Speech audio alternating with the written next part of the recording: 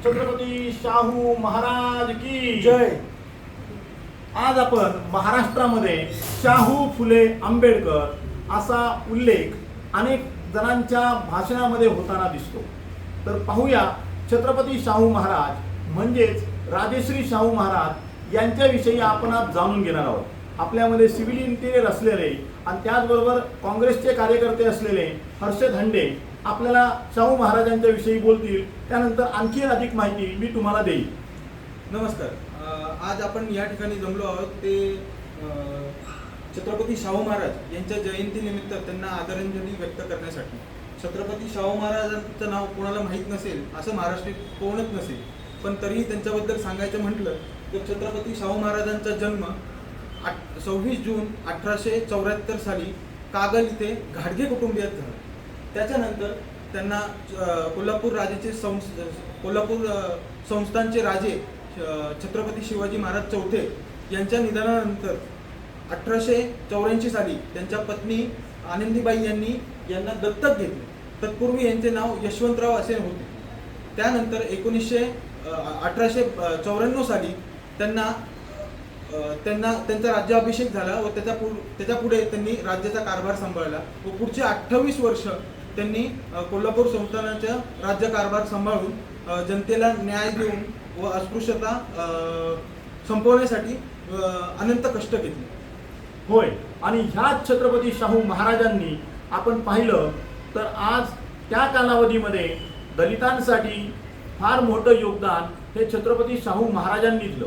त्यावेळेला दलितांसाठी जी चळवळ उभारण्यात आली आणि त्या चळवळीचं प्रमुख नेतृत्व डॉक्टर आंबेडकरांनी करायला हवं असा प्रस्ताव छत्रपती शाहू महाराजांनीच ठेवला. त्या कालावधीमध्ये डॉक्टर बाबासाहेब आंबेडकरांसारखं व्यक्तिमत्व मोठं झालं पाहिजे, शिक्षित झालं पाहिजे, त्यासाठी त्यांनी फेलोशिप सुद्धा दिल्या. त्याचबरोबर आपण आज पाहतो भारत देश हा डेमोक्रेसी म्हणजे लोकशाहीचं राज्य म्हणून पाहतो. तर लोकशाही आणि त्याचबरोबर सामाजिक क्रांती याची सुरुवात छत्रपती शाहू महाराजांनी केली असं म्हणणं वावगं ठरणार नाही. छत्रपती शाहू महाराजांनी त्या कालावधीमध्ये प्राथमिक शिक्षणाला सर्वाधिक जास्त महत्त्व दिलं आणि त्याचमुळे आपण पाहतो की महाराष्ट्र आज संपूर्ण राज्यांमध्ये नंबर 1 आहे. आज सुद्धा आपल्याला आपण पाहतो बेरोजगारांची संख्या ही अधिक आहे, पण त्या कालावधीमध्ये बेरोजगारांना रोजगार मिळाला पाहिजे यासाठी त्यांनी मिलची सुद्धा सुरुवात केली आहे. आपण पाहिलं तर त्या कालावधीमध्ये 1903 मध्ये त्यांना केम्ब्रिज विद्यापीठाच्या वतीने डॉक्टर ऑफ लॉ ही उपाधी सुद्धा प्रदान करण्यात आली. छत्रपती शाहू महाराजांचं योगदान सर्व क्षेत्रात आहे. मग ते शिक्षा असू देत, कृषी असू देत, सांस्कृतिक असू देत, या क्षेत्रामध्ये त्यांनी जे अनमोल असं जे योगदान दिलं त्यासाठी कानपूरच्या कुर्मी समुदायाच्या वतीने त्यांना राजश्री ही उपाधी त्यांना प्रदान करण्यात आली. आज आपण छत्रपती शाहू महाराजांना महाराष्ट्राचे जनक असे ओळखतो आणि ते जनक आहेत.